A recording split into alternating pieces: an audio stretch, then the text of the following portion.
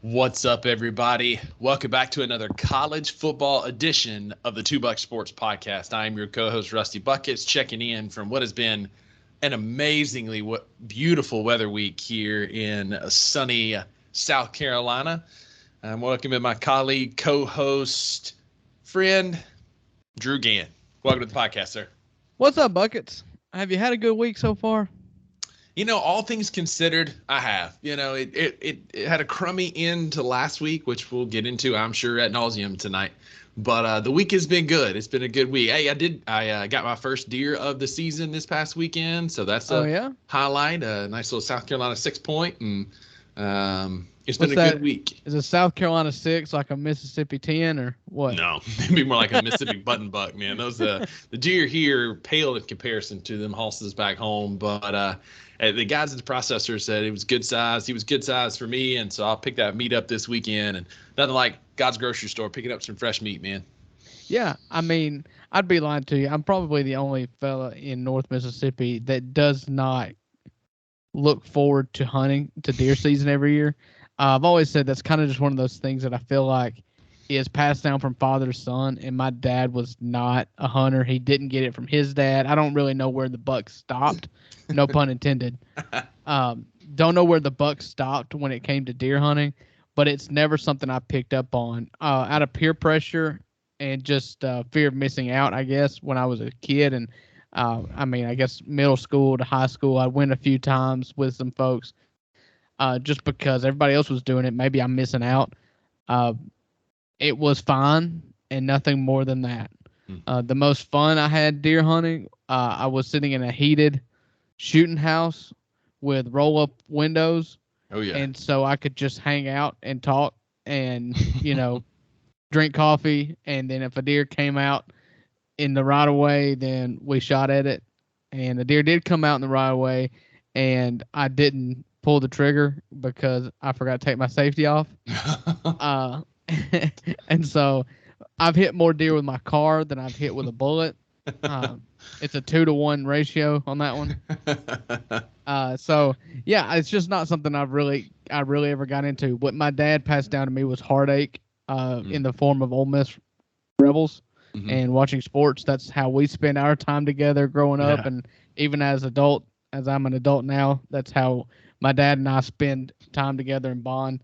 And, honestly, commiserate, if you will. It's worse for the heart, but it's better for the wallet, Yeah, that's probably fair. $100 to get this deer processed, but I'll get a decent amount of meat out of it, which is always a good thing. So I'm not too upset about that. But yeah, I mean, I grew up deer hunting with my dad. I started when I was 8 or 9, sitting in a stand with my dad, and I just thought it was the coolest thing. And he passed it along to my brother, and Clark's not as into it as I am. Dad said we were little, like, we'd go hunting and he'd say, Rusty, like, his big thing was he wasn't going to let us get bored and hate it. So if we were bored or restless, we'd leave.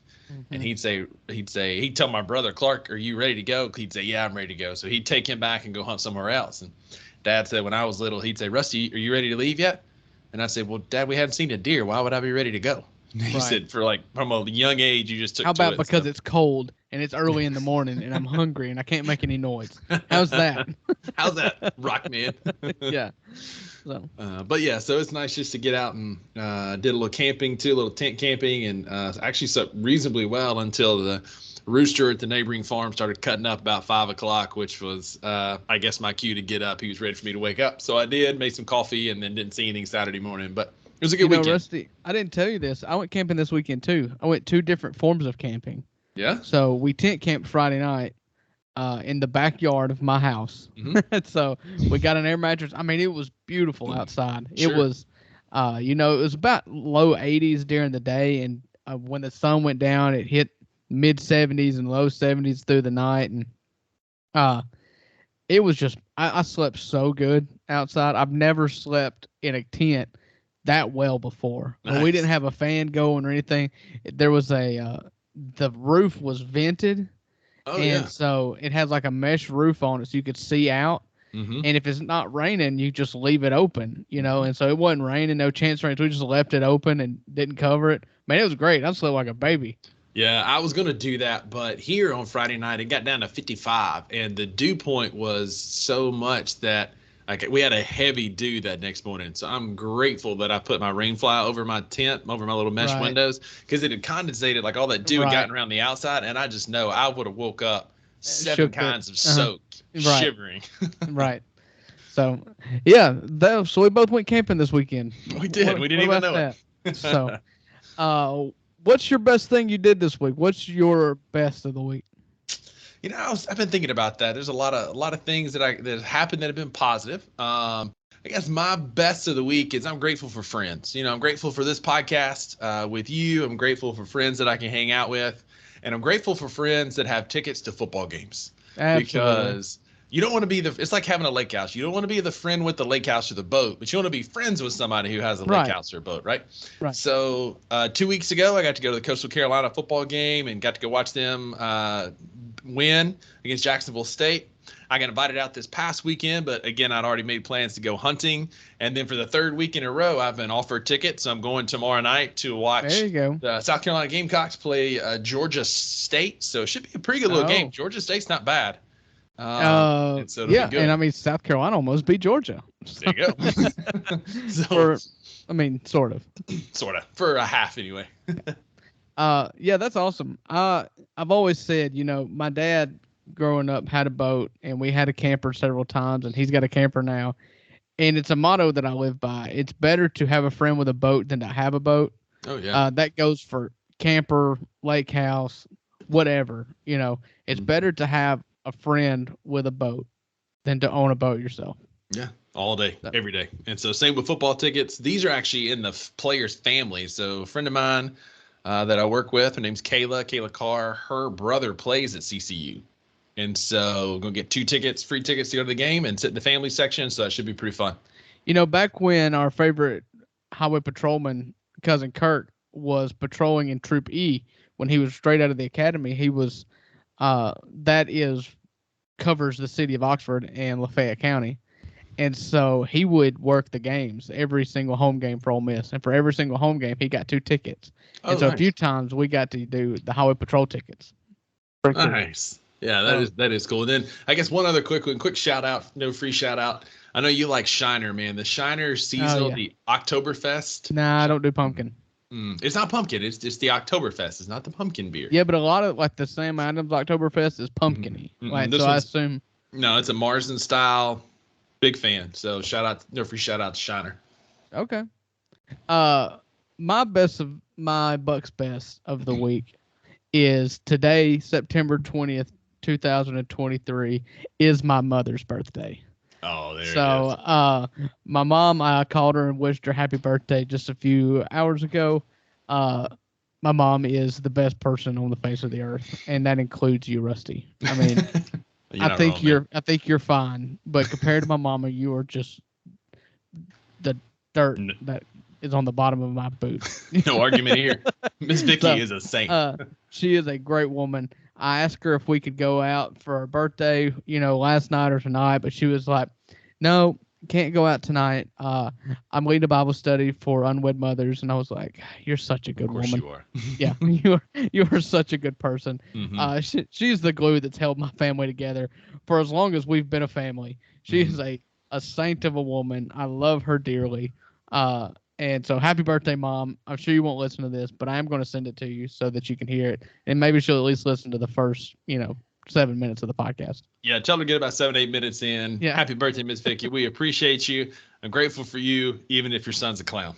Yeah, I mean, I got that from Dad. She did the best she could with what she had to work with. Yeah. Half them jeans weren't great. Right. So, what about your beef? I think we all know.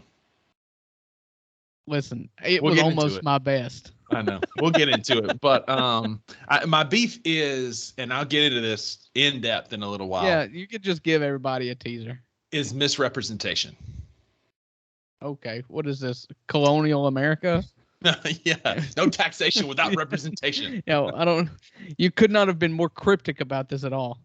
Misrepresentation. When you're told that a product is going to be one thing, and then it's completely different. It's like you open the box expecting. If only really one of the 2 people in this podcast told you what was coming. So we'll chat. Yeah. Okay.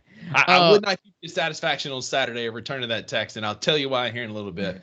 But I can't stand when you think you're getting something great and it's the wish.com version that you get. Yes. And that's where we're at. Anyway. Yes.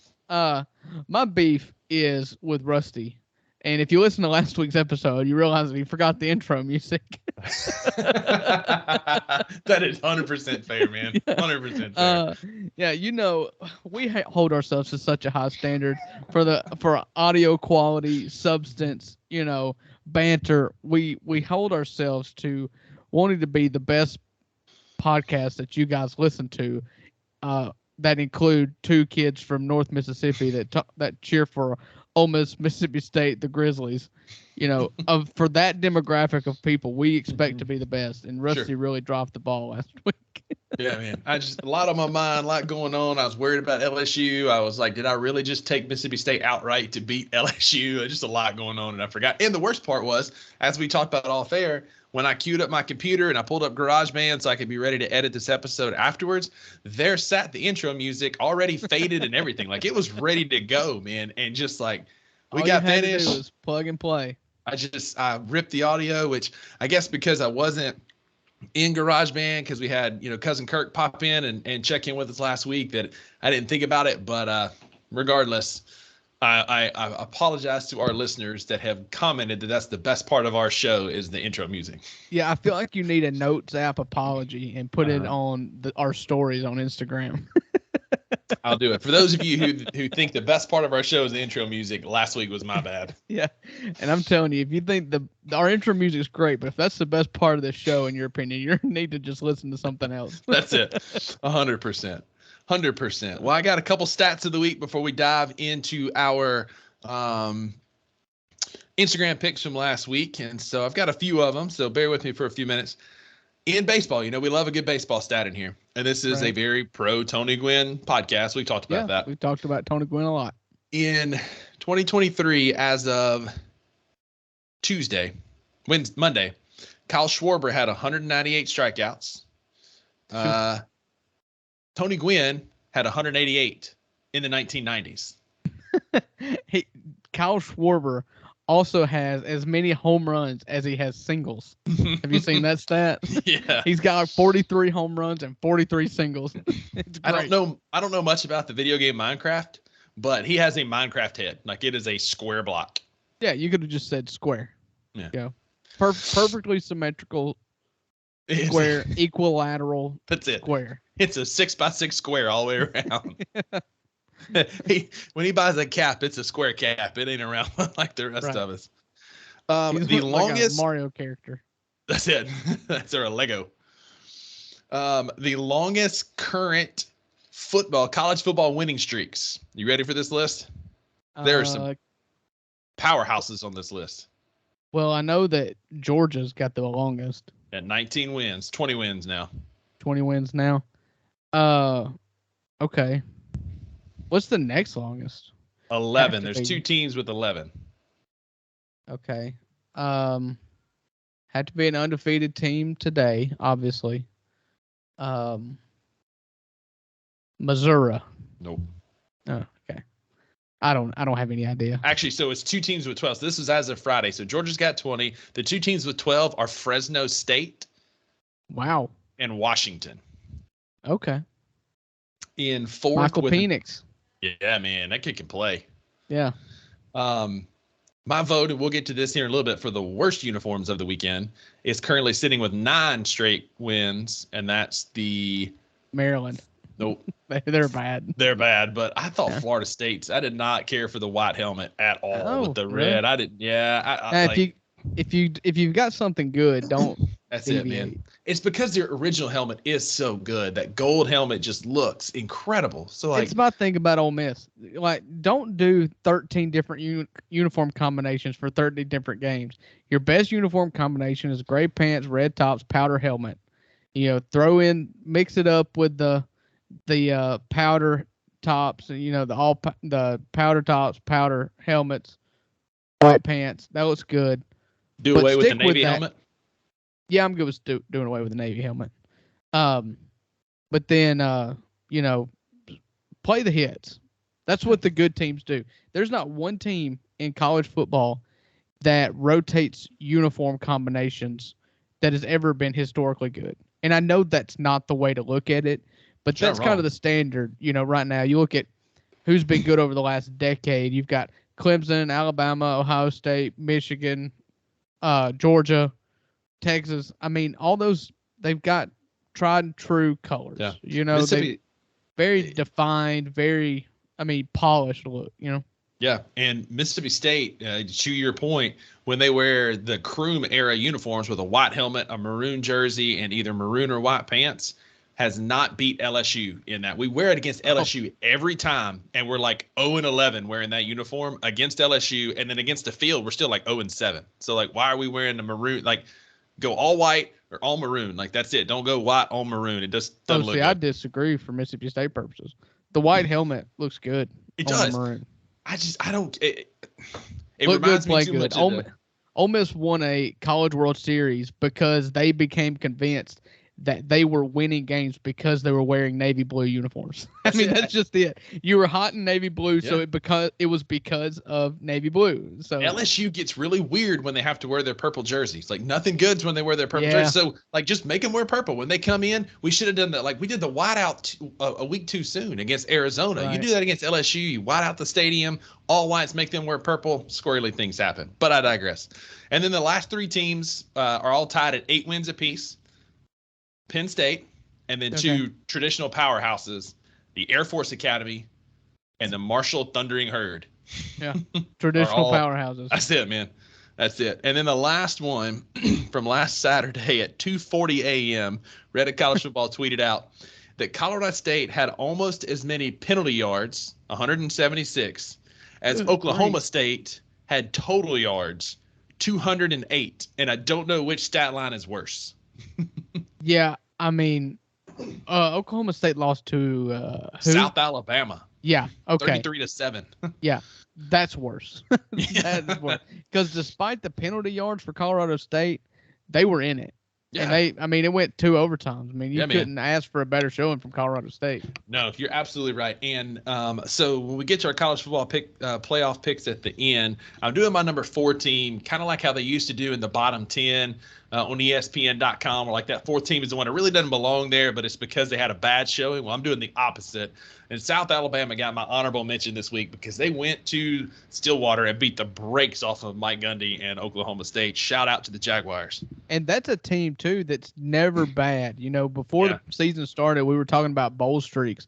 They were one of them that had been to bowls and 14 straight games, 14 something. A decade and a half. Mm-hmm. Like that team never stinks, and that team should never loses at home to a non-conference team. Like that's a wild game.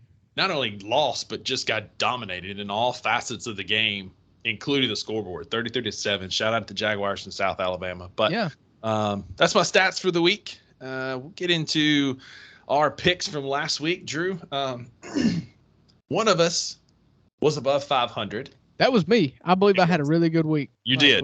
Well, yeah, it wasn't bad.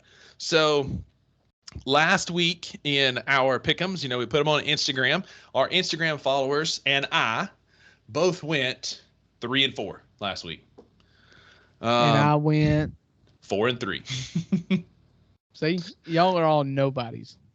So we bow both to your king, Rusty. Yeah, we both got Kansas State and Missouri wrong. Yeah, I was wrong about that. Yeah, we both were. We both got UT Florida wrong. And I regretted that one immediately. Yeah. Florida has not lost to Tennessee in Gainesville in 21 years. That's wild. I should have known. Yeah, we didn't do. If we were a good podcast, we'd do that homework. Right. I got Colorado State right. You missed on Colorado. I took Colorado State. Well, you were going to, and I said I'm going to take Colorado State. And you said I'll take Colorado. Yeah, so we could be different. And then we did the same thing in Vandy and UNLV. I took Vandy, you took UNLV, so you got that one right. Okay. Listeners went with me and Vanderbilt. We had BYU, Arkansas. I took Arkansas. You took BYU. Right. We both hit on South Carolina. We both hit on Ole Miss, and then one of us hit on LSU. That was me. I voted with my heart. When I did my preseason picks, we'll get into this in a little bit. By the end of this season, I will get you to be honest and think with your head and think objectively. But you've yet to do it. No, well, we'll see. We'll get to that here in a few minutes. This, one half of this podcast is totally uncredible. Sure. And the other half is me. Sure. Sure. If you say so. So shout out to our listeners. So far on the season, myself and Instagram are tied at 6-9, and my co-host here, Uncle Buck, is 7-8 on the season. So, Drew, give me your thoughts on what was college football week 3 before we start diving into next week. Tell me about what you watched and then about your Ole Miss Rebels. Well, I mean, I'll be honest with you. What I watched was not much, because if there was a Saturday to do a honeydew list, it was this Saturday, and it was brutal. It was nice because it seemed like there was one game per time slot that I was interested enough in to watch. And so as I was kind of starting my morning doing some household chores and whatnot, I took my first break at 11 o'clock when Mississippi State and LSU was on, and I watched pretty much that whole game. Mm-hmm. And then I did a lot of just nothing. Didn't do a lot of watching after that. I turned on the Colorado game. Kept up with the Alabama game. Obviously, I watched the Ole Miss game at the campsite with my parents. My parents were camping at Piney Grove campsite. And so we went out there and ate dinner with them, and we watched the game outside at Mom and Dad's campsite. And so I watched Ole Miss, but that's how I did. It wasn't a jam-packed. It wasn't a Saturday in which I felt like I had to be in front of my TV. In fact, I was just as content as ever when we were driving just to turn the Mississippi State game, at the end of the Mississippi State game and part of the Alabama game, just turned it on the radio on the way to and from doing errands and stuff and driving out to Piney Grove. It didn't really feel like I missed much, because as long as I could listen to it, I wasn't missing out on any other games, Mm-hmm. I'll be glad when we're jam-packed like we are this week. We will preview that with by far the best week of college football so far this season. Mm-hmm. But yeah, I started off with Mississippi State and LSU. I definitely have some thoughts. I'm definitely going to take a victory lap, because I felt like I had a crystal ball when we previewed these teams and you yelled at me. Go ahead. Relentlessly. I almost popped popcorn just so when you got to talking about this game, I was just going to sit back and eat popcorn, because it was going to be so entertaining. But then I was like, that's probably bad for audio quality, since most people just listen to the podcast instead of the video. They wouldn't get the video satisfaction of watching me eat popcorn. They would just get the annoyance of me eating popcorn into a just microphone. Crunching in the mic. So yeah, I mean, we can start there. Go ahead. Yeah. So I told you before the season started that, you can look at this in a lot of different ways, but if you don't appreciate the transition between a Leach system and any system that's not Mike Leach, and the personnel differences and just the stylistic changes in regards to the offensive scheme, because Leach is so far and away different than most people that run the spread. But then you say that Mississippi State is bringing in a guy that likes to run the ball and more of a pro-style offense. To me, the questions were glaring, and I did not go as far as I probably could have, because it was because I didn't really expect it. I had a lot of respect for Will Rogers, but when you look at it now, and you think back to what I was thinking there, and then you watch it this Saturday against LSU, it was just so glaringly obvious that the players that are running this system should not be running the system. And I know it's Arnett's first year as the head coach. I know that he's got Kevin Barbay. It's Barbay, right? You've been saying Barbary, but it's Barbay, right? It's Barbay. Barbay, yeah. So, sorry, I'm going to have to get my dog out of the rain. He just started coming a flood here. My dog's outside. Anyways, sorry. So you've got you bring in Kevin Barbie, that Barbay. from Barbie from Appalachian State, who's going to run this pro style offense, who likes to run the ball and likes to run it out of the pistol and do all of his actions based on running the ball. And you put that in elite system when you've got undersized offensive linemen that spread out further and you're compacting them, and you've got Will Rogers that's used to playing on nothing but timing and accuracy, and you're asking him to read defenses. And I mean, the whole thing, I felt like we should have seen this coming. I did not expect to see it look as bad. I did not expect Will Rogers to look as bad as what I saw on Saturday. And he was absolutely atrocious. And I'm not even going to go as far as to say that this is Will Rogers' fault. I feel like they lobbied him hard this offseason in December and January to come back to school, because he was a steadying force. He was going to be a third-year returning starter at your quarterback position. He was a leader, and they recruited him to stay when he could have went a myriad of places that ran a similar offense. But he is a fish out of water. At one point, you're down by 3 scores, and they ran a play action and bootlegged him out to the left and had him throw across his body a 15-yard out. And it was like a high school player, because that's just not the quarterback he is. Not to mention, we rolled him out in that play. We rolled him out at Harold Perkins. Yeah, and the defense looks fine. You put up 41. They put up 41 points, but LSU's a good offense. I still believe they're the best team in the West, and they just looked absolutely pedestrian at best on offense. And when you look that bad on offense, I've seen this with Ole Miss teams. You've seen this. It's a tale as old as time. It don't matter how good the defense is, but if the offense refuses to gain yards and get any momentum at all, the defense will break, and the defense will get frustrated, and the defense will give up. And that's what happened, because what you saw is Jaden Daniels for LSU run that offense and throw the ball around the field as if Mike Leach was his offensive coordinator. It was dink and dunk, crossing routes, out routes, against man coverage, against zone coverage. It didn't matter. And then dink and dunk and death by 1,000 paper cuts until he wore Mississippi State's defense down. And there, every single time, was a fade to the end zone. Every single time, when it just felt like perfectly timed up, lob to the end zone. And I mean, it's sad. And Rusty, as a Mississippi State fan, I don't know how you glean anything out of there. I will say, I talked about Will Rogers, and I feel bad for him. I was talked to a friend at church on Sunday who went, and he is a diehard Mississippi State fan. He was telling me that he's the kind of guy like you are. Like, it don't matter how bad it is. By Thursday, he's going to be convinced that Mississippi State's going to go to Columbia and beat the brakes off South Carolina. he's just going to root for it, you know?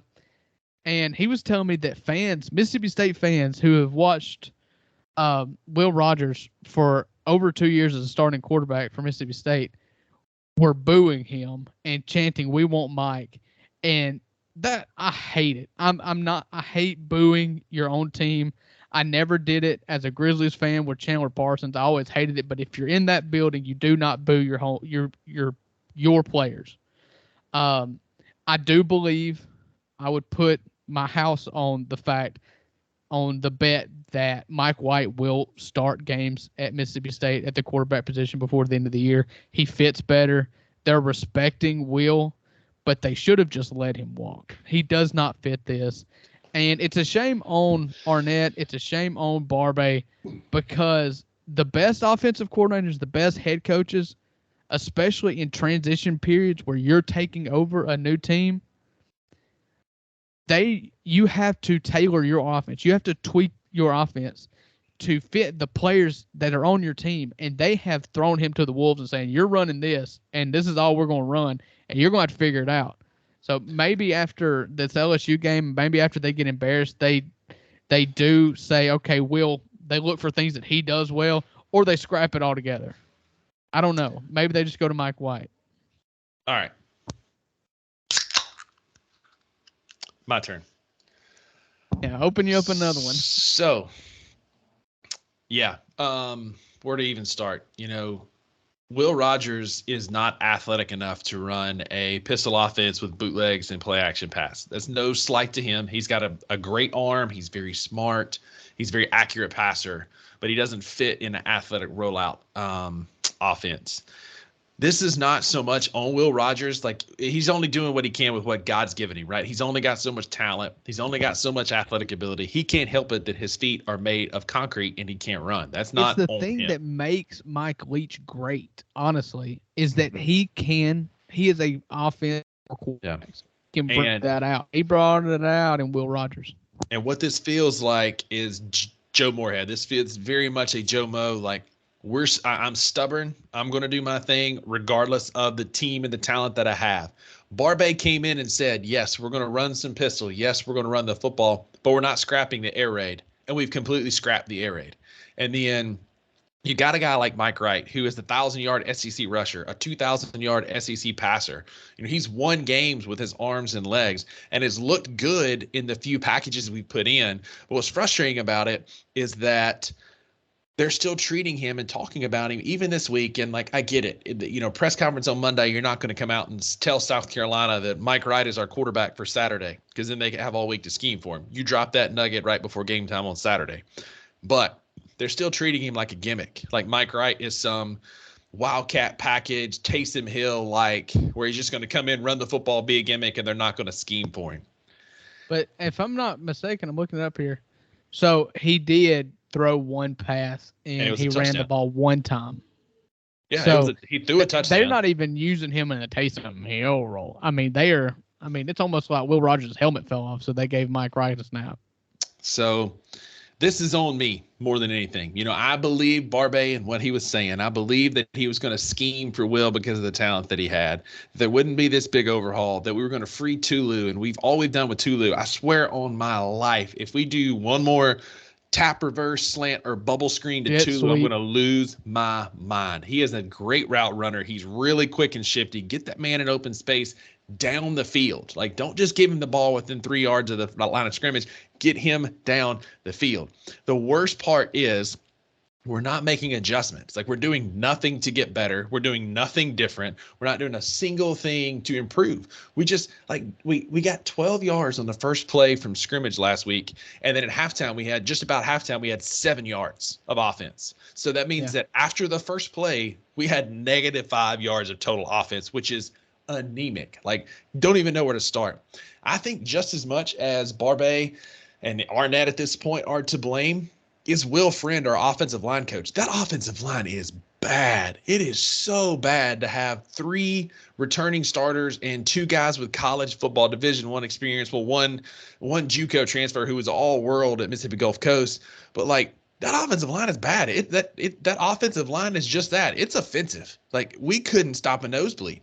And Will has no time when he stays in the pocket because it's collapsing. Arizona was getting pressure, so then LSU had a freaking field day. It just can't be that bad. Like, we have to figure out how to be better on the offensive line. I won't go to the point that, like, we're going to scrap Will completely. But it might be time to give Mike Wright not just a play or 2 here and there, because like you said, he had a rush, he had a touchdown pass. It is time to give him a series. And this is what you do. You tell Will, look, man, you're going to start, but we're going to give Mike Wright the 3rd series, or give him the 2nd series and just see how it goes. If it doesn't go well, we're going to go back to you, so stay ready. But then if it goes well, Will has to be mature enough at this point in his career to say, hey, he gives us the best chance to win. And I love Will Rogers and appreciate everything he's done. He's been starting since he was a true freshman. He took over for KJ Costello after he couldn't cut it in the air raid. So I have no ill will towards Will Rogers. I love him.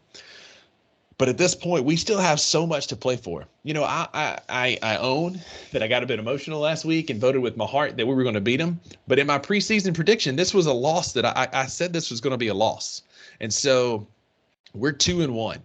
And I've been on Gene's page, I've been on Twitter, and I have seen everything from fire Arnett to let's burn the program down and scrap football completely. Like, these wild takes. That's what you're going to get on Gene's page, though. Nobody's measured over there. That's what you're going to get on every message board, not just Gene's page. But, like, this, we still have a lot of football to play for. If we can come out and beat South Carolina, we will be going into the Alabama game 3-1. Like, Yeah. I mean, there's still so much to play for. So at this point, what's it going to hurt to give Mike Wright a shot? Because, like, reality is, yes, Arnett and Barbay said they're not listening to the noise. They're not listening to the student section, and I'm grateful for it, right? If our head coach is sitting there saying, I'm hearing what the students are saying and the fans are saying, and we're going to make a change, you don't want that. But now is the time that you have to impress the fans, the powers that be, and the athletic director that didn't hire you. You have to, like, show that you're a competent enough football coach to make changes. We have to do something different on offense. And you said something about the defense. The defense is not good. Like LSU, yes, we were out athleted, and then we were out coached. Matt Brock is not ready to be a Division I defensive coordinator. If Zach Arnett wants to save this season, he has to take over and at least have more of an involved role. He's trying to be more of the CEO. That's not going to happen. Matt Brock is not ready for big-time SEC ball. Because you can see there were two people you had to really account for. Jaden Daniels, we had nothing for him. Right. And Malik Neighbors. Like, you've got to know that Neighbors is their guy. And he had 190 yards offense in the first quarter. Like, we had no answer from Malik Neighbors. Like, nothing. Like, he absolutely cooked us. I tweeted out in the second half that Adrian Bronner video where he's like, I'm not gonna lie, I'm getting cooked. And that's like, I'm like Matt Brock probably, because we were absolutely getting cooked. We made no adjustments. Neighbors finished with 13 for 239 and 2 touchdowns. He had 100, I believe it was 140 before halftime. Yeah. Like, we had nothing for him. Our secondary is bad. We got a great front seven. We get a good push up front. Our linebackers are obviously really good. That secondary is tough. And we're going to get tested this weekend at South Carolina. But I'm not ready to scrap the season. We're 2-1, right? I'm not ready to burn the ships down, but there has to, like, this is the turning point. We have had regression on the offensive side of the ball. Now is the time to make a change, because if you wait for Southern Miss or you wait for Arkansas late in October, November, you're going to lose the fan base. If you lose the fan base, you're going to lose support in the building. You have to make changes now in order to save the season. Because, like, the reality is, outside of me last week, because I got emotional, and I apologize for yelling at you, but I got emotional last week and picked LSU. It picked us to beat LSU. Outside of me, everybody else had us 2-1 at this point. Yes, we have looked bad, but, like, you have to make changes now. Now is the time, because if you wait, it's going to be far too late and the season's going to be scrapped. Reality is 8-4 can still happen. Like, that can still be our ceiling if we make changes now, and that starts with giving Mike Wright more of an involved role in the offense. Well, just to further prove your point, you're 2-1. Nobody expected Mississippi State to be anything other than 2-1 right now. Mm-hmm. Sure, you could look at it and say you could be 1-2 because that Arizona game got real squirrely. It did. But you won. So if you look at the schedule, you go to South Carolina and get a win. You're going to lose against Alabama. And then you got Western Michigan. So when you get to the portion of the SEC schedule that has the most meaningful games and the games that you could win, because going into it, I mean, everybody knew that Alabama and LSU were probably going to be your hardest SEC games. Right. So you're going to get those out of the way in 2 of your first 3 SEC games of the season. Yeah. So say you go to South Carolina and win. You're going to beat Western Michigan. You're going to lose to Alabama. But that has you going to Arkansas at 4-2. Mm-hmm. And then you've got Arkansas and Auburn both on the road, Kentucky, A&M, and then Southern Miss before ending the season at Ole Miss. There is a path there, and the way that the schedule is structured leads you to believe that if you can figure this out in this 3-game span between South Carolina, Alabama, and Western Michigan, if you can figure it out and also happen to win that game in Columbia, mm-hmm. then you'll be fine. I mean, you're looking at 4-2 at that point. Like I said, you've got a Southern Miss win before the Egg Bowl. Yeah. And then you go win a game in the SEC somewhere. You go beat Kentucky. That's it. That's 6 wins. You're going bowling less than a year after your head coach dies. And the reality is, like, the SEC is down this year. No, we're not going to beat Alabama. Yes. We're not going to beat Alabama, but it could be a very competitive game. And if you're competitive with Alabama, because Alabama is not Alabama of old, now that everybody can pay their players, Nick Saban's having a tough time, but that's for another podcast. But, like, the reality is if that game's competitive, there's not like I could make a case that we could win every single SEC game except Alabama, mostly because they're more talented than us. But like the rest of the SEC That's games, fair. I mean, you're looking at Arkansas, Auburn, Ole Miss, which is always up in the emotional and air. stupid. Yeah. And so like we can make a case to win Kentucky, every other SEC game. Right. Like we could literally win every SEC game except LSU and Alabama. And then at that point, Zach Arnett gets a statue, right? Like that's a good season. Yeah. I agree with you. I think that he's got a chance to really prove it here, and he's got to put pride away.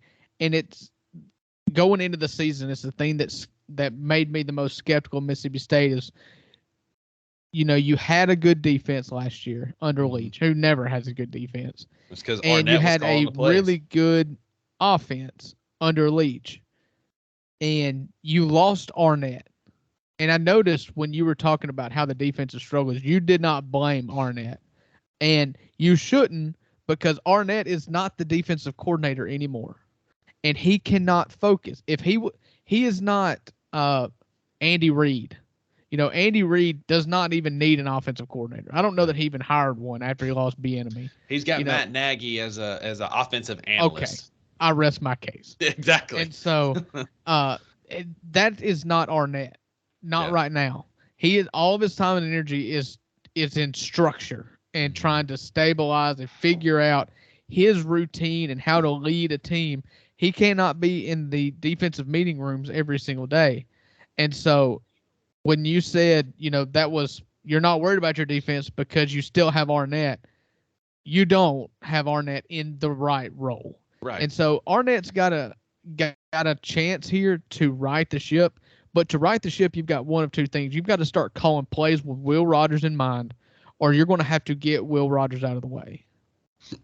Yeah, because it's a long season, and you've got time to figure it out, but you got to figure it out now. And if you're not going to worry about the defense, that's fine, because you have to – the offense is putrid. It's got to be better. Like you said, it looked like a high school offense at times, and we didn't even belong in the same – being on the same field as LSU for most of that game. But, like, this is Zach Arnett's baby. That defense, that 3-3-5 defense is what he ran at San Diego State, New Mexico, all the places he's been. Like that's been the defense that he ran.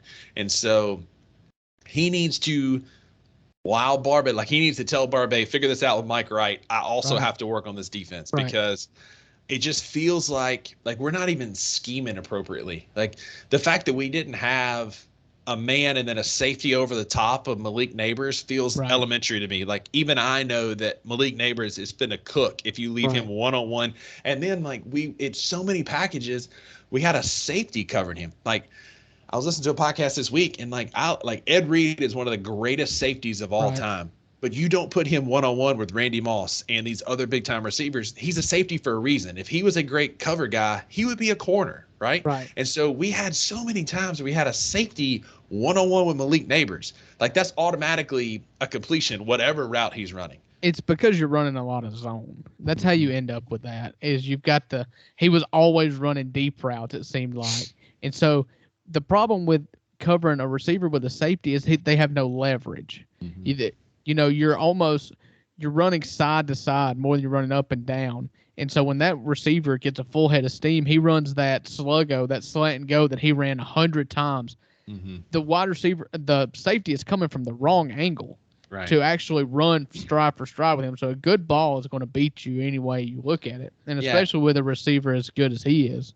And again, you're a safety for a reason. If you were good at one-on-one coverage, you'd be a corner. You wouldn't be a safety. Right. And safeties are great. They're better at run defense, tackling run defense, all that, support, 100%. But they're not meant to cover your first receiver. And what bugged me the most, man, was that targeting call. That was, first of all, that's tackle football. He went to make a tackle that Jaden Daniels then jumped. So as he's going to make the tackle, Daniels changes the angle and lands on Sean Preston, not the other way around.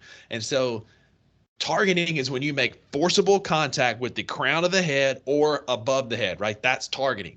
Jaden Daniels jumped and landed on Sean Preston. There was nothing about that by rule targeting.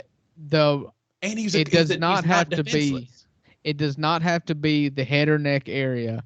and he doesn't have to be defenseless. They are putting an emphasis on leading with the crown of your helmet, and that's what he did. He didn't. Jaden Daniels jumped and landed on his head. As he's going to make the tackle, Daniels does that stupid hurdle and land. Like, if you watch the video, it made it look worse than it was. It looked worse than it was because Jaden Daniels, for some reason, continues to jump.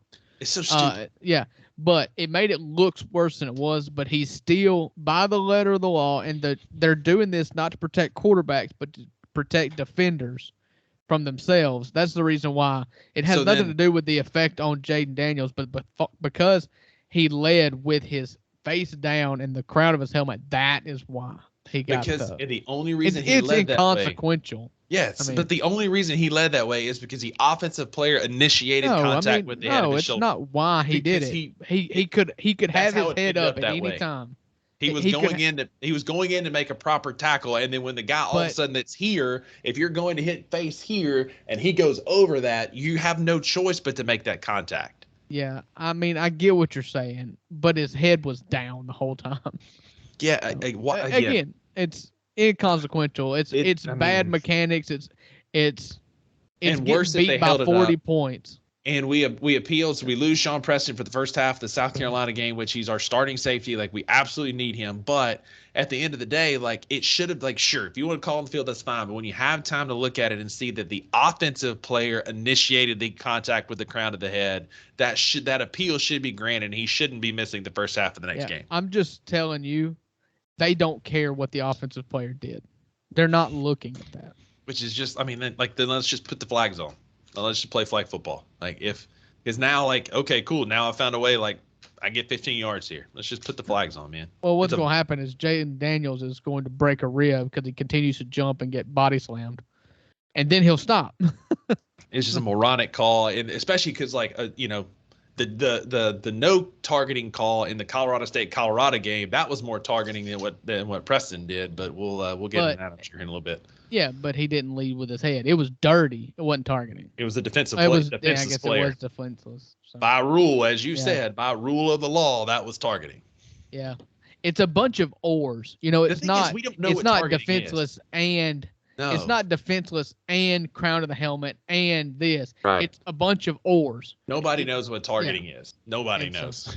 So that's why I'm frustrated, because, like, there's no standard. There's, like, the NFL has figured it out. The NFL knows what targeting is. They usually get it right. College football is light years away from knowing what targeting is. Well, I just want to let's just put a bow on Mississippi State. Yeah, here. I'm done talking about it. Yeah, so we think that there's still potential that they could figure it out and have a successful season by probably different standards than what fans thought going in. And ultimately, we found out that I was right this whole time. We'll just say jury's still out on that, but nope, there is still a path to 7-8 wins. There's still a path. We just graded that test on LSU based on what I was concerned about in the preseason, and I got 100. Until we have maybe we'll come out this weekend and we'll cook against South Carolina, and I'll be gloating next week. Maybe so, but that will be a change, you know. And good coaches adjust, so we'll see how good he is. I'm gonna be honest.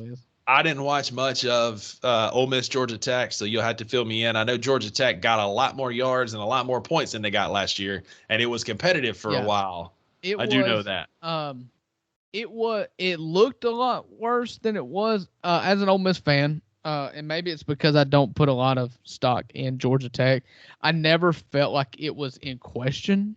I never felt like the game was going to be. I never thought the game was in question. But if you look at Ole Miss has got a trend going here, and so what it is that it seems like they start the game off slow defensively. Again, just like last week. Last week, Ole Miss was down by 10 going into half. This week, they were up by 7. It was a 10-3 game against Georgia Tech at home in the first half, going into halftime. And so, you're frustrated. But the Georgia Tech team didn't scare me like Tulane did last week, even a Tulane team without Michael Pratt. But what happened in the second half is been what is showed to be what has been my proudest how do I want to say this? It's been what I've been most proud of this Ole Miss team this year. Because last year, for reasons that we've talked about before, and I don't like going back through Ole Miss's 2022 season, but they put up no defense against any adversity. Anytime adversity hit, they folded every single time, especially late in the year. And so the last two games, Ole Miss down by 10 against Tulane and up 10-3 at home against Georgia Tech. In the second half, they responded. You won the third quarter 14-7, including a quick 14 points that really it puts you up 14 plus 4, it puts you up 18 points. LSU scored late in the third quarter. Ole Miss went up in the fourth quarter, scored 3 touchdowns in the fourth quarter to take it to 41-17. They've really just found a way to make adjustments in the halftime and come out really strong in the second half. They outscored Georgia Tech in the second half 20-38 in the second half. So it's really a testament to the coaching staff. It's a testament to the job that defensive coordinator is doing, Golding is doing for Ole Miss. The offense has looked good. I'd be lying to you if I didn't think that you would be foolish not to think that Jackson Dart is at least the second best quarterback in the SEC right now, behind Jaden Daniels. That's the only person that I would absolutely concede you saying is better than Jackson Dart right now. He's commanding the offense. Again, he's showing a ton of grit. We've had problems out of Quinshon Judkins. He's not been able to get traction to get the ball rolling this year. He was dealing with a nagging rib injury this week against Georgia Tech. Up until game time, we weren't even sure if he was going to play. He did play. He gutted out a fine game. I think he had, 13 rushes for 37 yards and a touchdown. But in the absence of a consistent running game this year, Jackson Dart took that on himself. Jackson had 14 rushes for 136 yards and 2 touchdowns, averaging 9.7 yards per carry, which is a first down every time he crosses the line of scrimmage as a runner. Couple that with, he threw the ball 18 times. He completed 10 of those passes for 250 yards and a touchdown. So, you're looking at 25 yards per completion for Jackson Dart. He's got 1 interception on the year, and that was because the receiver fell down against Tulane. Again, it's a win against a Power 5 team. But so far 3 games in, all you can really look at is just as a whole is how they're looking, because still their best tests are to come. And there's no reason right now to think that they are not a really good SEC team and an absolute contender for 2 reasons. One, they look good. I always like a team that's got a good quarterback that's playing really well. And 2, the SEC is down. And there's no other way to look at it. LSU, I believe, is the best team in the West. They lost to a team who I believe is the best team in the country in Florida State. So I'm not going to ding them for that. Alabama decided to play 2 new quarterbacks at South Florida this week, and they looked absolutely atrocious, and they scrapped that to go back to Mill Road to play Ole Miss this week. LSU struggled at home to South Carolina. Arkansas lost to BYU at home. Texas A&M went and lost at Miami, although I do think Texas A&M is fine. Auburn, they almost lost to Cal on the road, but that's hard. Struggled with Samford for a quarter, 2.5 quarters. Yeah, I'm just saying that as a whole, the SEC is really down. I think that even compared to other conferences, if you look at them as a whole, the SEC is not the conference as a whole that we've always billed them to be. They are not the most dominant conference in college football. They're not. Yeah. They may have the most dominant team, but they are not the most dominant conference. And as an Ole Miss fan and as a Mississippi State fan or whoever fan you are, especially out of the West that's not dealing with Georgia, you're licking your chops right now thinking, maybe I'm good enough this year to capitalize on Alabama being down. Yeah. So all of our listeners out there, Drew especially, y'all have heard of the game Two Truths and a Lie, right? That's correct. I'm about to say 2 positive things and 1 negative thing about Ole Miss. So this might be a first. Right. Okay. Progress. So the first thing is, you mentioned Pete Golding earlier, and he's doing a fine job with what he has to work with. Right. You still gave up a ton of yards to Georgia Tech, 474 to be exact, 307 through the air, 7.5 yards per pass attempt, which again, this isn't the Georgia Tech of old. Yeah. 7.5 yards per pass attempt's not That's fine. a backbreaker. But 474 yards against Georgia Tech that's tough. They also had no penalties, which I'm impressed with, and Ole Miss had 5.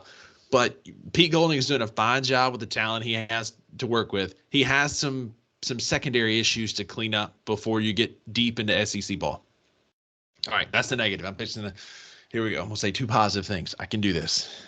Number 1, Lane Kiffin is showing that he's playing chess, not checkers in that quarterback room, because Alabama would kill to have either Walker Howard or Spencer Sanders. Either one of them could start tomorrow. A lot of people thought Jackson Dart would be I thought Jackson Dart would be the odd man out. The one to leave. Yeah. Yeah. And so, kudos to Jackson Dart for keeping that job. Lane Kiffin's playing chess, not checkers. He's got the deepest quarterback room in the SEC because, we don't know what LSU has outside of Jane Daniels, and we don't need to know.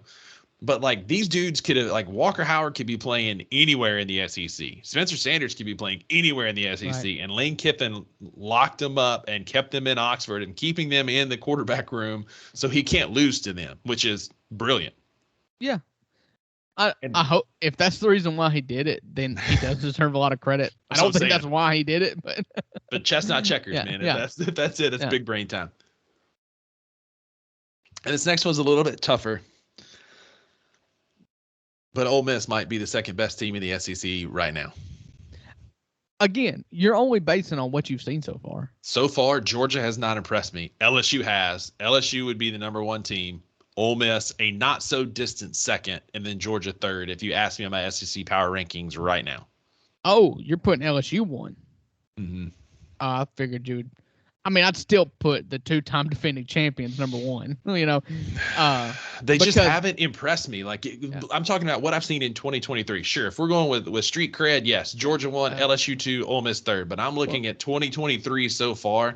Georgia should have lost to South Carolina. Georgia was not impressive in their other 2 games against nobodies. Yeah, they were. They could have lost. They could have lost. Still to this day, we're 3 weeks in. Ole Miss has got the best win in the SEC. For sure. Of an SEC team. For sure. A road win at Tulane. For sure. Say what you want. A top 25. No, it's a top 25 on paper, team. It's the best win in the SEC. Now, you've got a chance to go and put everybody on notice. We're fixing to find out. That's what excites me. In 2014, when Ole Miss, when Alabama came to Oxford, there was an energy there. You felt like this could be the year. Mm-hmm. Your defense was incredible. You felt you could play that nobody believes in us thing. Unfortunately, Alabama is the team this week that I feel like can play the nobody believes in us card. And absolutely. Rightfully so. And the last thing Nick Saban needs is more motivation. Yeah. Right.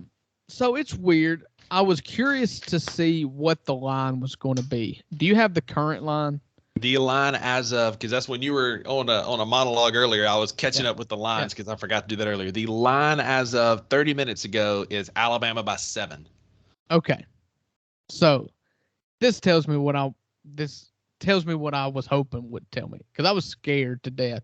Sunday, the first line that came out was 11.5. It was double digits. Yeah. Alabama 11.5 point home favor against Ole Miss. To me, I always get nervous when I feel like Las Vegas is baiting me to bet my team, because Las Vegas is not built on winners here. They build those casinos based on losers. Casinos. Yeah, that was casinos and winners were casinos. Casino. Yeah, now that's look who's a Tippah County marble right mouth. there. Yeah. And so I hadn't done it yet. Knock on wood. That's on you. Yeah. Oh, it's coming. And so when it came out at 11.5, I was like, okay, based on resumes here, and I know it's at Tuscaloosa, it feels like Vegas is begging everybody to take Ole Miss, which I don't want to be on that end. Mm-hmm. I don't want to be on the end that's got 75% of the money on it. You know, you never want to have the most expensive house on the block. Right. And so I was like, as long as the line starts going down drastically, like they're willing to move the line down. 4 points, man. That's a significant move in 3 days. Mm-hmm. And so for them to, it alleviates a lot of my concern based on Vegas when they started shuffling the line down in order to get they wanted some more Alabama money. But if Vegas was convinced that this was an Alabama win and there was an Alabama big win, they would have taken all the money on Ole Miss and they would have not moved that line one bit. They would have kept baiting all week long, baiting people to take Ole Miss. Mm-hmm. And that line started to come down, so I feel a little bit better now. It could end up getting under a touchdown, too. I would not be surprised if by kickoff this thing's 6.5. Yeah, if it's 6.5, that's when you're going to start really feeling some Alabama money come in, because then you've got 7 is a key number on that. Mm-hmm. If you can get it to 6.5, then it's going to trigger a lot of Alabama bets. A 6.5 is almost a wash in Vegas's eyes, right? Like it's almost, because that 2.5, it's a field goal game, less than a touchdown. It almost feels like a toss up. It feels like they're going to leave it at 7 before they drop it to 6.5 because they'd rather push. Maybe. But it's strange. You asked me how I feel. I feel confident. If I was going to put percentages on it, I feel like you're going in there 50-50, which maybe is as good as you can ask. Maybe 55-45 with how Ole Miss has been playing. No, I'm going to say if I'm leaning one way, I'm leaning 45 the other way, 45-55, because I just don't walk into Tuscaloosa with confidence. It feels like I shouldn't. I know Ole Miss looks good. I know Ole Miss has got questions, defensively in particular, but they've bent a lot and not broken. And the good teams that Ole Miss has had in the past, their defenses, 2014, they were lights out, number 1 defense in the country. Since then, they're decent defenses. The games they've won against good teams, they've bent and not broken. And that's what they've done. You did say they did put up 474 total yards of offense, but they only gave up 23 points. Yeah. So, and I believe that's going to be like 3 field goals. So. The last point I'll make before I put a bow on it. What better game before LSU though than Alabama? Because where'd your defensive coordinator come from? Yeah. Who's going to know Nick Saban's tendencies? Who's going to know what they like to do and how they like to scheme and game plan? It's Pete Golding. He's been there for the last 4 years. And so the opportunity is there. It's prime for the upset. We'll get into our picks here in just a little bit, but it feels, if there's ever a year Alabama's down, you got their previous defensive coordinator. He's going to know a lot of Saban's tendencies and be able to help Lane Kiffin, who also has a huge history with Nick Saban. But can Lane Kiffin get that monkey off his back and finally beat Nick Saban? Yeah, it's tricky. The other thing is I was kind of hoping that they were going to stick with one of Ty Simpson or the Buckner kid. Turns out Milroe was just in the doghouse. Yeah. And rightfully so from what they've said. My fear is that they've gotten him straight and motivated, and he is going to be looking to make a point. And if he's looking to make a point, he's making it on the ground, and that doesn't bode well for any team. No, it doesn't, because that kid is an athlete. For what he lacks as a passer, he is just an athlete. But yeah, so that's our observation state and Ole Miss. The only other couple ones I had, we'll get into here in a minute. I said one of them, the NIL has really leveled the playing field. It's nice to see so much parity in college football where the SEC is down. It's not what it used to be. And I think that's just because the talent is spread across the country because it's even the playing field. Nick Saban, Kirby Smart, and Dabo aren't the only ones paying their players anymore. Everybody else is, and so we're catching up. And I think it's great for college football. This is where you're not going to have that run of the same Alabama Clemson winning national championships like we used to. Yeah, I think that, and it's something I said on this podcast, that NIL works both ways. Sure, you're going to get guys like, what's his name at Notre Dame, Wake Forest transfer, Sam Hartman. Sure, Notre Dame is going to go get a stud quarterback from wherever they want. You know, go get Wake Forest's quarterback. And dude is like if he misses his calling as a quarterback, he's got a model like future, man. Just like rugged looking dude with that hair and beard. I'm jealous of the hair and beard that he's working with. You want to keep talking about another man's looks, or I'm just saying, man. Like, I'm comfortable saying it, man.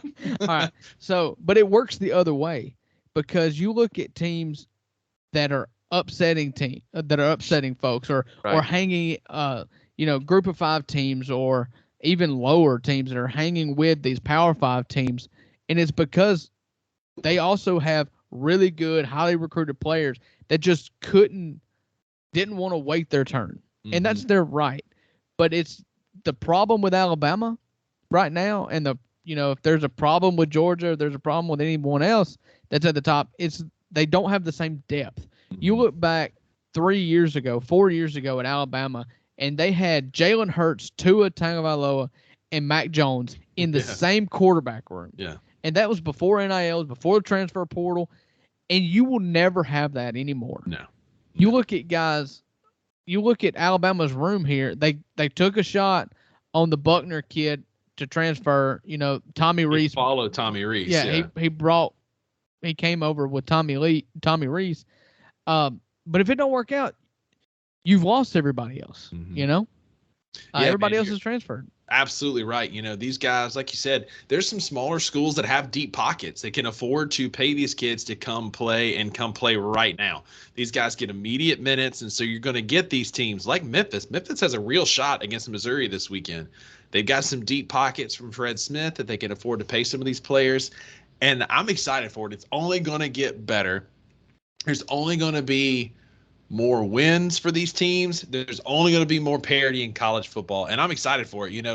Nick Saban and Dabo Swinney have both been having little pity parties and pitching fits about it, and it's because they've lost their advantage, right? Back when, like you said, like when Nick Saban could pay his players more than everybody else and get away with it, he kept Jalen and Tua and Mac Jones. And it goes back to that Texas game. We saw it really in that Texas game. At the end of that third quarter, when Alabama scored to go up, that's usually the point that we talked about on this show where Alabama just takes control. They lean on you for the rest of the fourth quarter, and before you know it, you're down 2.5, 3 scores, and there's nothing you can do about it because of Alabama's depth. Texas has just as many good athletes and responded, and Alabama couldn't recover because they don't have the depth they used to. So normally where Alabama would lean on you for that fourth quarter and beat Texas, they couldn't do it because they don't have that depth like you said. Georgia doesn't have that depth like they used to because these kids are going to deep pocket schools, Memphis, SMU, Cincinnati, these other schools that can pay these players and getting some immediate playing time. And so I'm here for it. It's good for college football. I'm a fan of chaos because I root for an underdog, so I'm a fan of chaos, and so you get these great teams like Colorado is a prime example, man. Like the NIL and transfer portal, Colorado was trash before that. Now you get prime, you get all this money and this injection of talent, and you've got a top 25 football team that won 1 game last year. I saw a sign, and we talked about this at the TCU game, that Prime had more toes amputated last year than Colorado had wins. And it's because of the NIL and the transfer portal.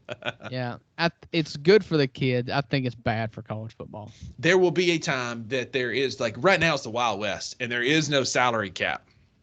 There will be a time where it gets regulated. Right now, these kids are getting their money. They're getting their bags. Shedeur Sanders has a Rolls Royce and that gargantuan watch that he keeps flexing. And did you see Prime and Tom Brady on the podcast this week? No, I didn't. So Prime was doing a podcast with Tom Brady. I don't know the name of the show, so forgive me if y'all are listening to this podcast, and I'm sure you are. But Prime asked him, he said, "What do you think about a college kid rolling around in a Rolls Royce like that?" Talking about his son Shedeur. Right. And Tom Brady said, he needs to sell that car, get his butt in the film room. He does not need to be riding around in a Rolls Royce. Right. But there will be a day that there is a salary cap something. It's coming. It can't stay the Wild West forever. Yes, that's it. Yeah. You sign this contract. It's a 4-year deal if you want this money, or a 3-year deal or whatever, because you get this kid's and that's the other thing. Did you see that tight end in Miami that's applying for his 9th year of eligibility? Like, Yeah. he's making more money in college because he knows he's not a pro prospect. So he's making his money while he can now, which I'm a fan of. Yeah. But they will regulate it at some point. Yeah. I'm with you. All right, Drew, we do this every week. We do our 4 college football playoff picks. I normally let you go first. I'm going to steal the thunder this week and go first. My top 4 college football playoff picks at the end of week 3. Again, my 4th pick is the team that I think that impressed me the most this past week. I don't think they'll be there at the end. And my pick at number 4 is the Missouri Tigers.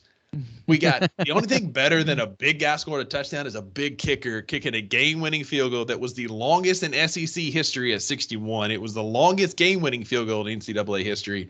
Or it's tied for the 4th longest, game winner in NCAA history. The longest field goal of any in SEC history. Right. Shout out the Missouri Tigers. Great win for Eli Drinkwitz against a good Kansas State team that won the Big 12 last year, a top 15 team this year. Don't look down, Missouri's 2-0.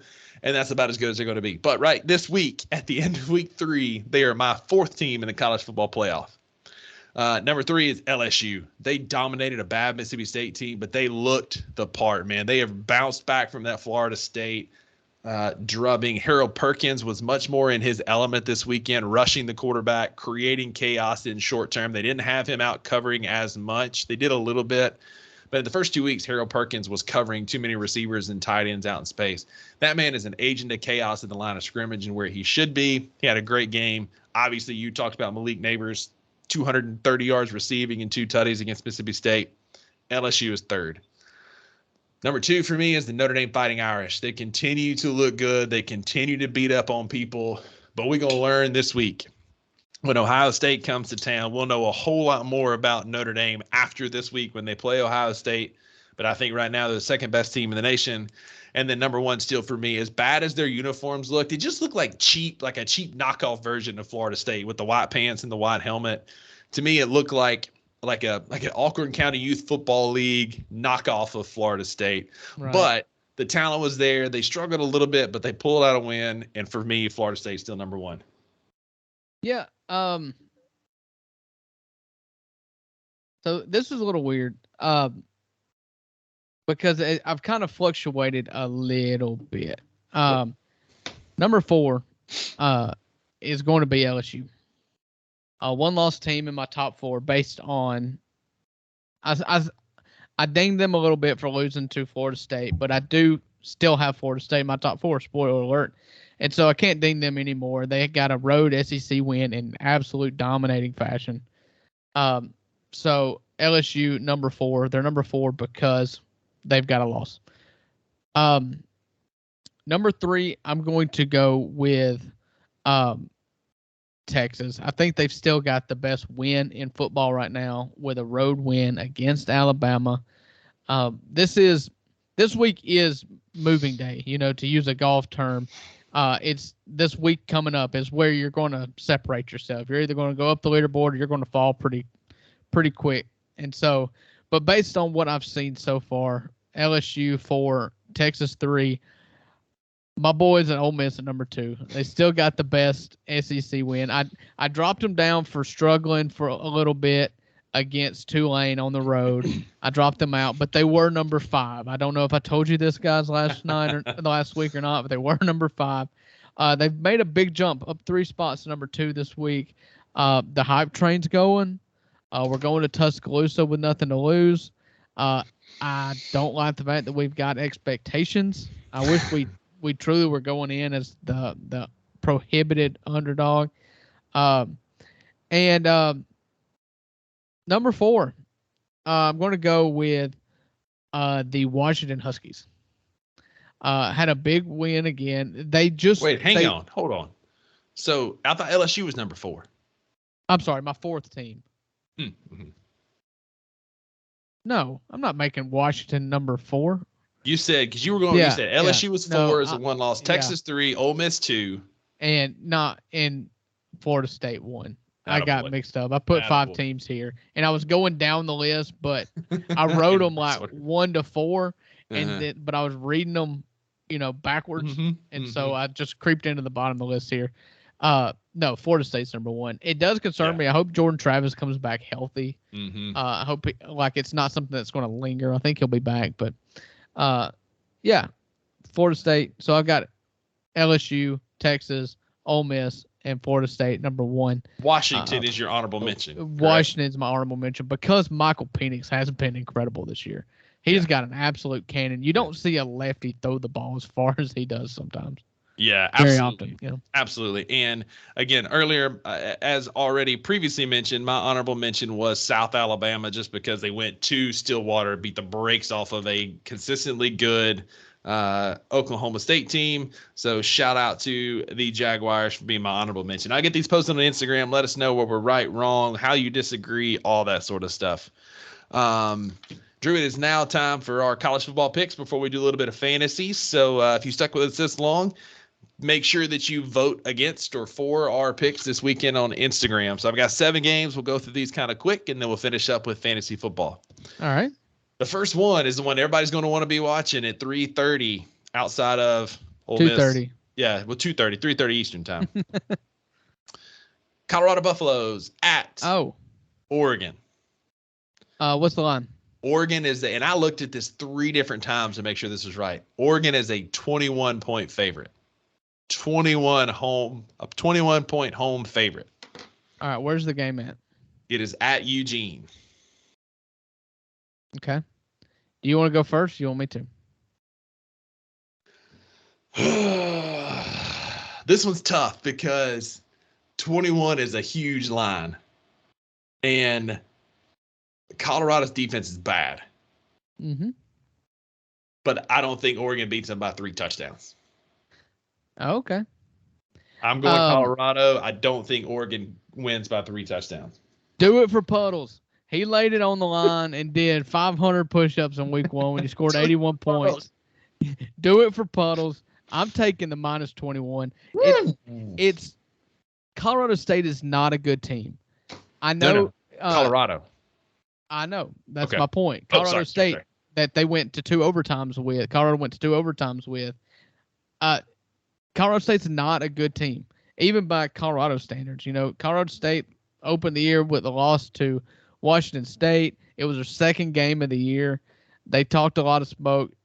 Deion has done a really good job of making things personal this year, and he's done a really good job of rallying.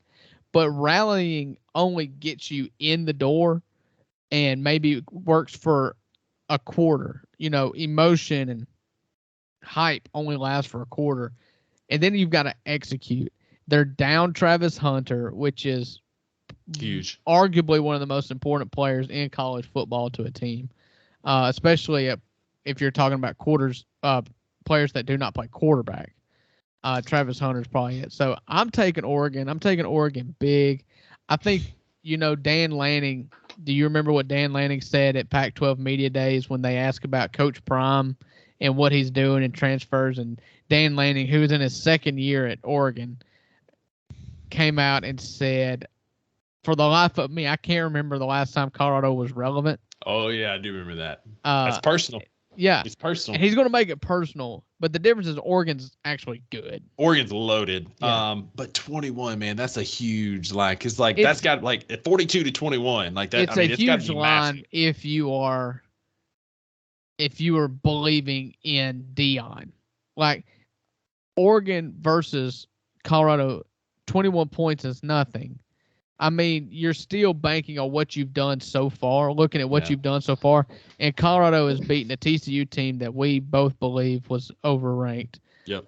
They have beaten Nebraska, which is the worst display of quarterbackmanship I've ever seen in my life. And then barely beat a Colorado State team, to your point, while you sneeze. Yeah. And so I believe that you're getting to the disparity in talent to where hype doesn't matter. Yeah. And so I'm gonna fade Colorado this week. I'm gonna go Oregon. I know the Instagram poll will not be in my favor, and maybe you guys should just listen to the podcast first because I've been right. There you go. I think this one's going to be an interesting one. I think this one's liable to be 55-50. It's going to be a bunch of points because they're both in the Pac-12. Neither team plays defense, so this one's liable to be a lot of fireworks. Right. Next up, the team that we feel is the best team in the country, the Florida State Seminoles, are on the road at Dabo Sweeney's Clemson Tigers. And so the line right now, as it stands on DraftKings, is a 2.5-point road favorite, Florida State. 2.5 points at the other Death Valley. Do we know what Jordan Travis's status is? I'm going to look that up right now while you talk, but I don't know if they've released a full report. So the injury update, the last one 2 days ago was sounded like Seminoles dodged a bullet. Mike Norvell said he was sore after the game, but I'm not worried about his health, and his health will be here moving forward. I was proud of him for coming back. He was uncomfortable physically going into the second half, but he came out, made some really good throws. We had some good runs. Should to go. Yeah.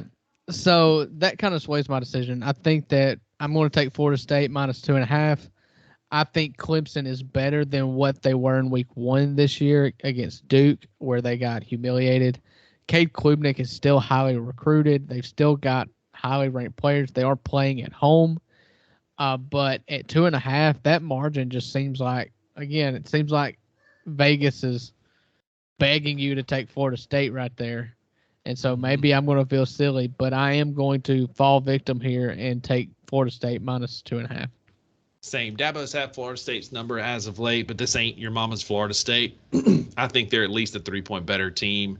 I think they win by a touchdown. Give me Florida State as well. Yep. Next up, we talk about squirrely rivalries. We got a rivalry game early this year.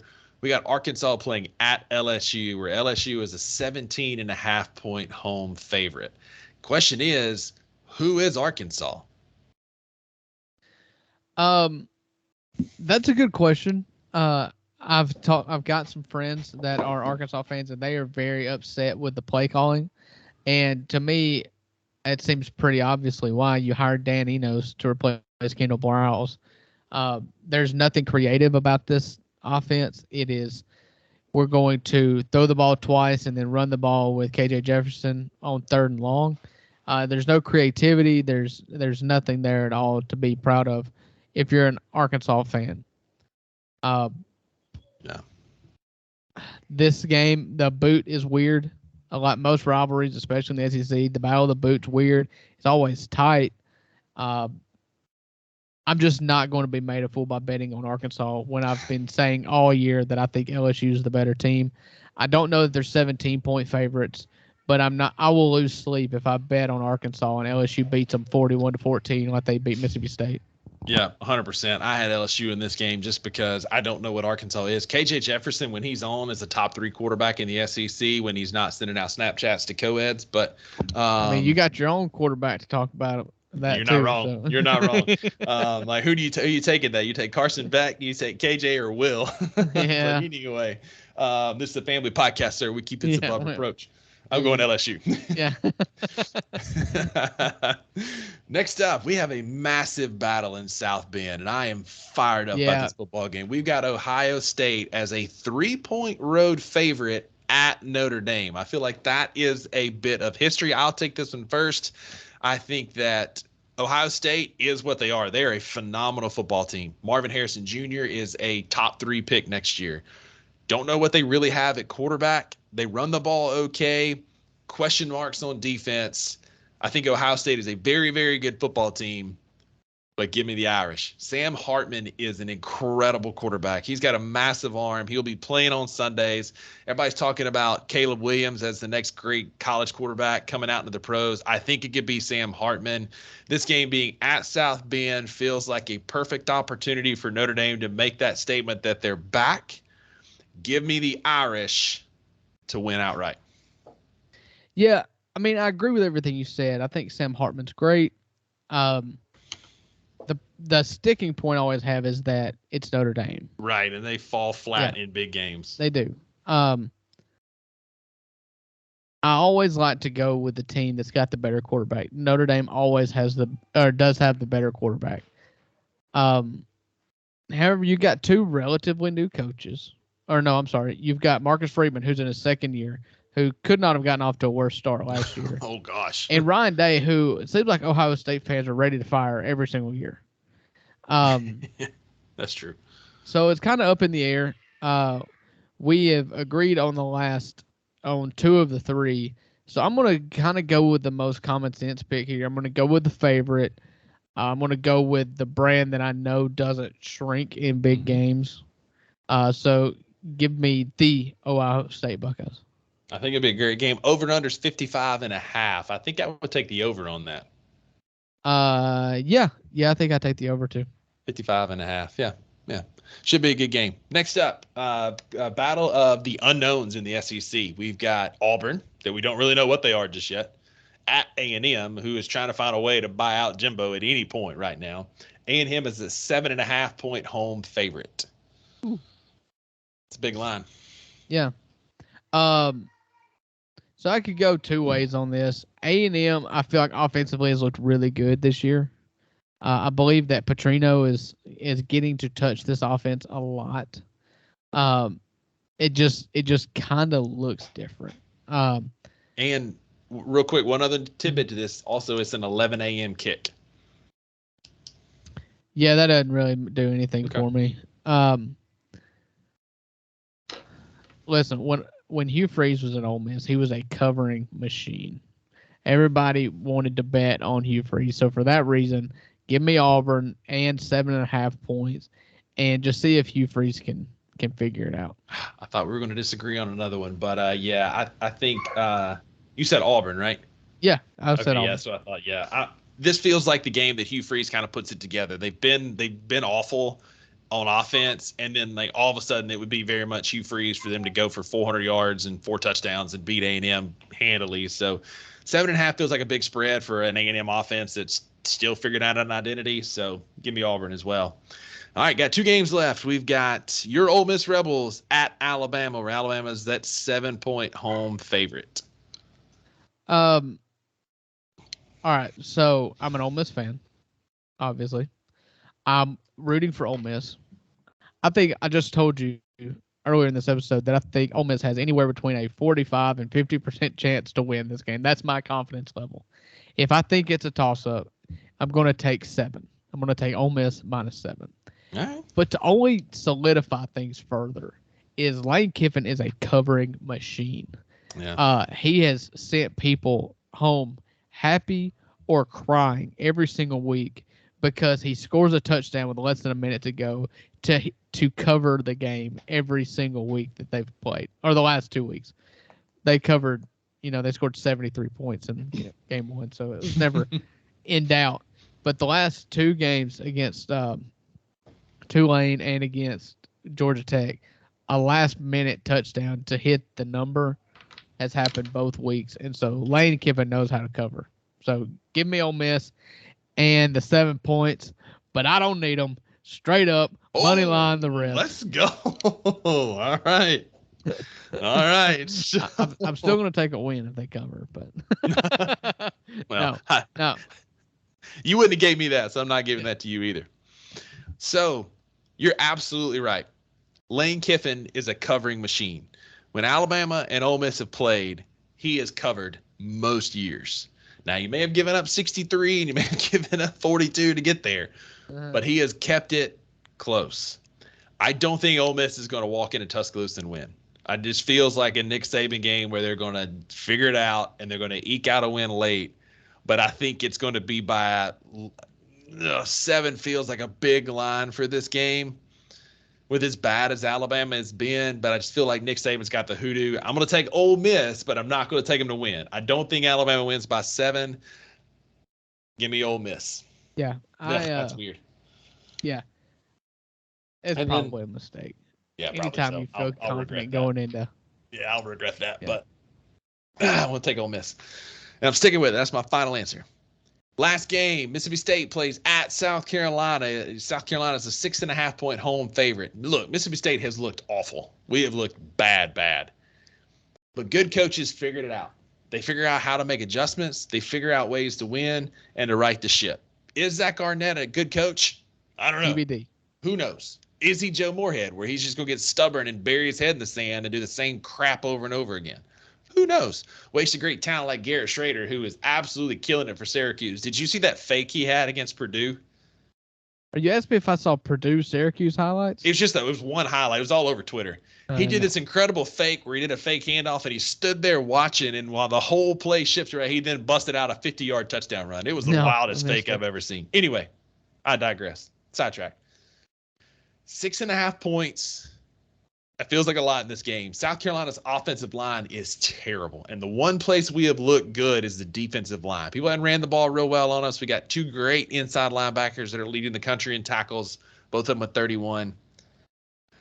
You broke my heart last week, Mississippi State. You crushed me. I went out on a limb, and I was fired up and emotional that we were going to win that friggin' football game.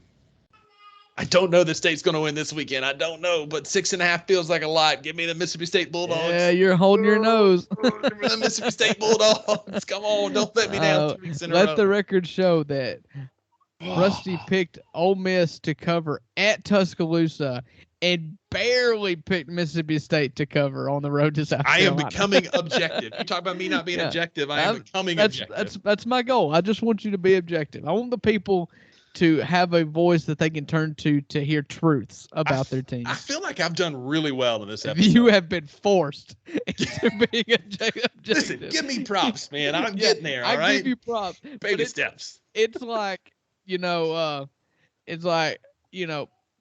Drago talked a lot of game, but then when Rocky finally knocked him out, he had to dap him up and say, "You're pretty good," That's where you're at right now. You've got humbled.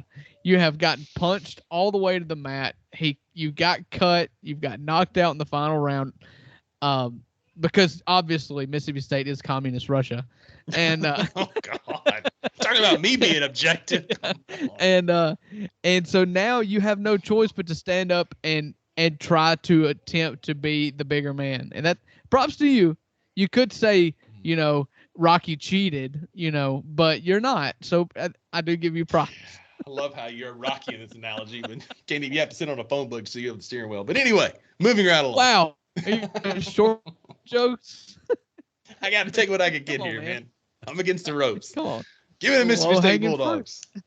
Yeah. All right. What's your take? Yeah, I don't really love either team. I was definitely higher on Mississippi State going into this season than I was South Carolina.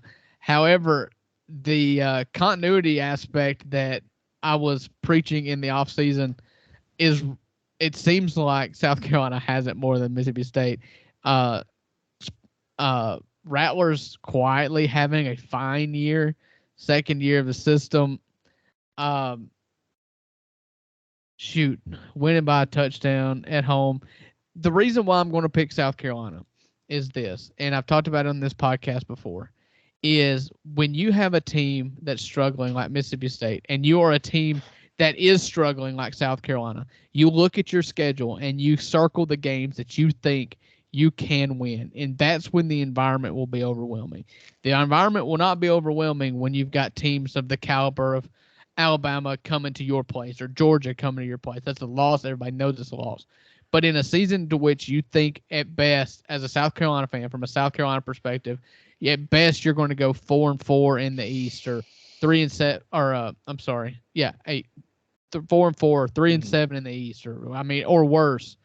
You're looking at games like Mississippi State coming to your place, to where you home field advantage can sway it. And so that's the reason why I'm going to go South Carolina, is I think that those fans and that team have circled it as an SEC game that they can win in a season full of SEC games that they will probably be not favored in. And I've been to games at Williams-Brice. It is a rowdy atmosphere. It when will they be believe, rowdy. When they believe, it's a very hard place to It's a great college football venue and environment, one everybody should experience at some point, because it gets rowdy. And I was there 2 years ago when they beat Florida to get Dan Mullen fired, and when Anthony Richardson fumbled there on like the 25-yard line and they did a scoop and score, that place was electric. So give me them dogs anyway. All right, Drew, fantasy football update. You can't win them all. You can't defend your trophy if you don't win the first two. It was ugly this week in a pillow fight, but your boy's 2-0. I tell you what, Rusty, there's nothing to complain about being 2-0, except for, this podcast is 4-0 in fantasy. I don't know what the other difference is knuckleheads are doing in our league. Yeah, you won a pillow fight 115 to 102. And I won an absolute shootout. I absolutely dominated. I have heard the tears of Patrick Jones all week long complaining how he is so mad that he put up 157 points in a 12-team PPR league that is so deep, full of good teams and good general managers. It's hard to make any moves in this league and put together a roster that can put up a lot of points. And he put up 157 points. He is the second highest scoring team in week 2 in the League of Avengers. His problem is he played me. And your boy put up 179 fantasy points. Friggin' wild. He scored 157 points and still lost by 22 points to me. 5 players plus 24. Five players plus 24 points you did. Yes. I was absolutely incredible. I will take 100% of the credit. Pat does deserve a little credit, but it doesn't matter if you have your best week and you still lose. It's a very poor week. We do not give consolation prizes in the League of Avengers. What we do give is Al Gore awards. And he does get an award for the most points scored in a loss. Yep. Our boy Patrick Jones wins the award because he was the greatest loser of the week. Shout out to Patrick Jones real quick, though. He had them quick thumbs because he had Cooper Kupp, who's on the IR right now with that hamstring injury. Yep. And he's the one in our league that swooped up and got Puka for the brilliant pick, who's averaging 26 points across his first 2 NFL games and got him 30 points. And quick thumbs, able to scoop him up. It wasn't quick thumbs. They were heavy thumbs because he gave up 60 fab in this league. Fair.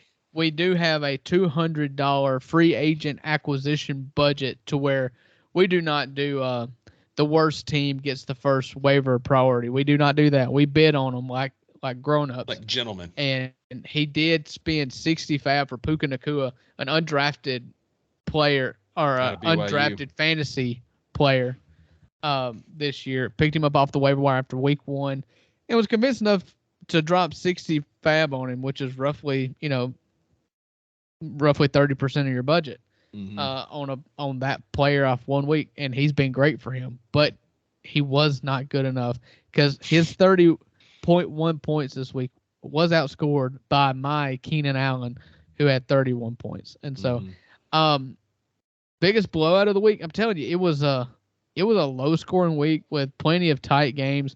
One game was not tight though at all. Our boy Neasy got trounced by 46 points against Team Farrell. Doesn't even have an official name. 154.5 points to 108. Yeah. Somehow Andrew just got grandfathered into thinking that he didn't have to name his team anymore. And Neasy has gone with the same name 2 years in a row, so I guess this is just a bad name game here. But Andrew demolished him. He'll be our Buddy Stevens Award winner, beating by 48 points. Just bad news here. Bad news for Neasy. Drops to 0-2 on the season with a 48-point loss. That's bottom of the barrel right there, buddy. Yeah. Shout out to Michael Mudders. Made the ballsy acquisition. We were talking about our fab going off waivers. I struggled all day yesterday thinking about how much fab I was going to spend on what's his name? Jerome Ford. If you wonder who Jerome Ford is, it's because you don't play fantasy football and you're not a Cleveland Browns fan. Nick Chubb, thoughts and prayers, demolished his knee again on Monday night, and so everybody's wondering how much money they're going to drop for Jerome Ford. And I lost my running back one. I lost Saquon Barkley for at least a couple weeks, it seems like. So I was going to pony up. And out of our $200 budget that's supposed to last you all year, I ponied up $101. But our boy Michael Mudders, who is the owner of Nick Chubb, former owner of Nick Chubb, because he's now hit the waiver wires, $175 in fab, leaving himself with $25 to make it through the rest of the year. Yeah. Um, You better hope this pans out. Man, and only bad luck here. Bad luck for Mutters because the Kareem Hunt is signed a few hours after we wake up. And what could have been the best dollar spent all year, Hunter Shaw had picked up Kareem Hunt for $1. $1. Before he'd ever signed. It could have been the best dollar spent all year in the League of Avengers. I do want to give one quick shout out to a team in our league who has been putrid, but has found a way to be 2-0. You know, winners find ways to win. Aaron Ivey has won in 2 straight weeks without breaking 100. He scored 99 this week. He scored 76 in a win last week. He hadn't broke 100 yet he is 2-0. Yeah, listen, Zach has had bad luck. Zach, we talked about last week, getting beat on virtually a walk-off kick, a walk-off field goal to lose week 1. This week, his team did not show up at all. But Aaron's team at 2-0 won 99, put up 99 points this year, and his highest score was Terry McLaurin. So it's just putrid. That's fantasy football. It's what is so humbling about it, and what always makes you come back for more. That's it, man. You really never know what's going to happen. I mean, that's it. And like, if you look at Zach's roster with Pat Mahomes, Damian Pierce, Tyreek Hill, you'd think he'd be cooking and find ways to win. But he lost to a lineup that started Jamar Gibbs, Garrett Wilson, Terry McLaurin, and Jackson Smith-Njigba trying to find a way to get a win. And it's tough, man. That's tough sledding. So, Aaron Ivey, shout out to you for having an awful team but being 2-0. Yeah. Zach found out a way to lose a fantasy football game in week 1 in which Tyreek Hill went for 44 points. Right. Absolutely. So, yeah, that's our Drewskis for the week. That's our show for the week. Drew, unless you got anything else, man, I feel like we can start wrapping her up. No, that's all I've got, buddy. It's been a successful week. I'm looking forward to the fact that we don't have to talk about bad football next week's podcast. We're going to have a lot of college football. We're going to have to really work and have a good schedule laid out so that we're succinct enough not to make a 3-hour podcast next week when we've got all this football to talk about. Yep, it's starting, man. Next week starts a run, week 4, week 5, week 6, heading into week 8. If you haven't looked ahead in your calendars to week 8, October 21st, just know I'm going to do nothing all day. I'm going to be glued to my couch. That's when you got Alabama, Tennessee, you got Duke, Florida State, Utah, USC, Penn State, Ohio State. But regardless, it starts this week with some good college football. So in the meantime, at the 2 Buck Sports Podcast on Instagram, Twitter, the 2 Buck Sports Podcast on Facebook. We're on whatever platform you're listening to us right now, as well as any other podcast or platform you get your podcasts. Like, share, comment, tell us where we're wrong. We love, like we said last week, interacting with our fans. So hop on there, give us a like and comment. Let us know what you think. Otherwise, we'll be back here next week. Drew, appreciate it, buddy. Enjoyed it, sir. We will see you next week. Happy birthday, Mama. Happy birthday, Miss Vicky.